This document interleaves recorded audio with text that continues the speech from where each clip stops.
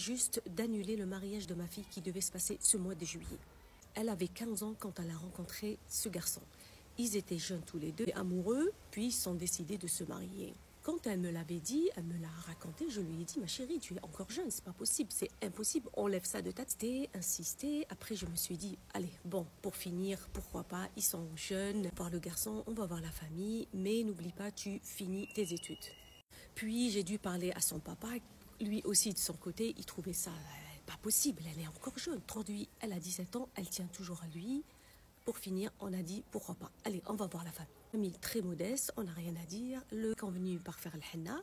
Puis, quand elle a 18 ans, normalement, dans un mois, on fera le mariage. Puis, les parents, on a parlé de djihaz, c'est le tabak. Et la maman, elle disait, c'est moi qui va faire le tabak.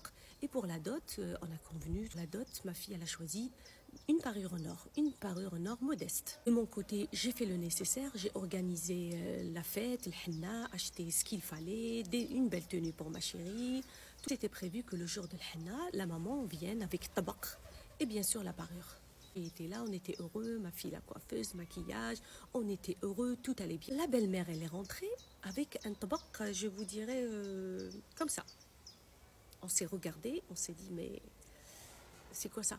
Même le tabac, je l'ai mis de côté, on a passé la fête, on a dansé. La fête est terminée, tout le monde est parti et j'ai pas voulu lui montrer le tabac avant.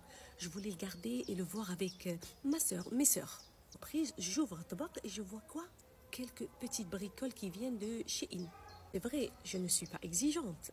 Quand même, je vais pas demander la lune, je vais pas demander mais la moindre des choses...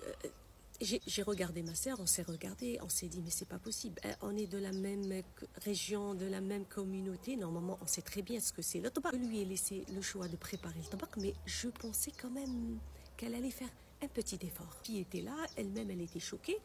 Et la meilleure, c'est que dans le panier, il n'y avait pas de l'or. Pas sa dot. Le lendemain, ma fille prend le téléphone et contacte son fiancé.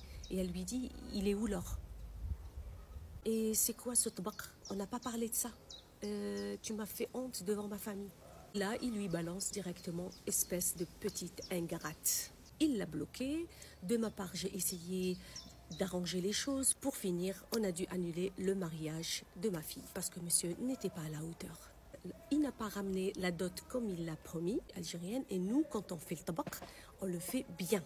C'est moyen. On ne demande pas le tabac extraordinaire, mais la moitié de parfum, quelques maquillages, rentrer avec un très beau bouquet de fleurs, rentrer avec des gâteaux, les gâteaux qu'on fait nous-mêmes à la maison. Cette histoire, c'est pas la mienne, c'est une histoire d'une maman qui m'a contactée. Bon, je te dirai ma chérie, à la fin, pas de regret, kulchi mektoub, tannité.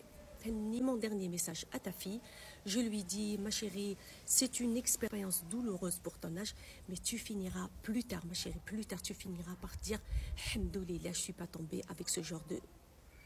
Objectif, finir tes études et trouver un mari à ta hauteur.